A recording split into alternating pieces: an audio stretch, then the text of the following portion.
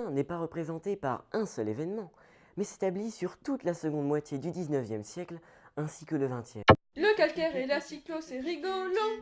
Alors, nous allons passer à la météo. Bonjour collègues, bonjour chers téléspectateurs. En cette belle journée, nous allons parler de votre humeur. Montre le carton, montre le carton. Alors oui, tout d'abord, rappelons que c'est notre dernière diffusion sur cette chaîne. Hein. Oui, c'est triste, mais bon, c'est comme ça. Quelles sont vos prévisions? En tout cas, pour cette journée, les quelques habitants de la BFC, eh bien... Quand même pour les ignares. Donc, la Bourgogne-Franche-Comté... Qu'est-ce qui ne va pas avec la Franche-Comté? Sauf votre respect, madame. Vous ne pouvez pas mettre sur un même pied d'égalité la Bourgogne, notre très chère région, et la Franche-Comté. Ouais, Un c'est peu vrai. de bon sens. C'est vrai. Ouais. Bon, revenons à nos moutons, à de Bourgogne. Passons à la météo maintenant. Attends.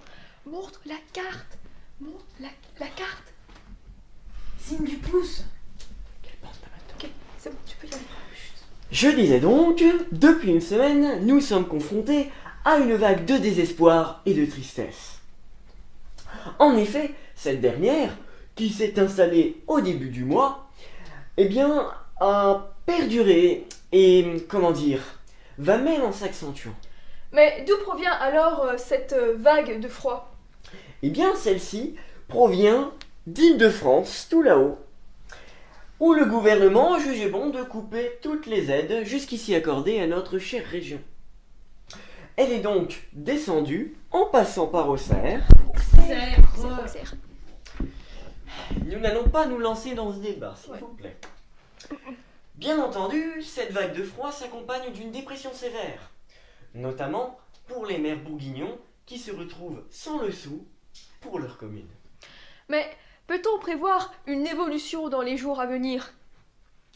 Eh bien, nous pouvons espérer, éventuellement, une petite éclaircie avec les prochaines élections présidentielles qui, avec un peu de chance et de bon sens de la part des électeurs, eh bien, permettront d'apporter un anticyclone sur la BFC. C'est vrai. Mais c'est pas un peu orienté politiquement quand même C'est pas grave, il donne plus de sous. Ouais, c'est vrai. Bon, continuons. Vous disiez un anticyclone, c'est ça? Eh bien, en vérité, je ne vous cache pas que, même s'il est vrai que l'indice de confiance envers le gouvernement est assez faible en ce moment, les prévisions tendent plus vers une conservation du gouvernement actuel. On va quand même espérer que la date de péremption arrive vite.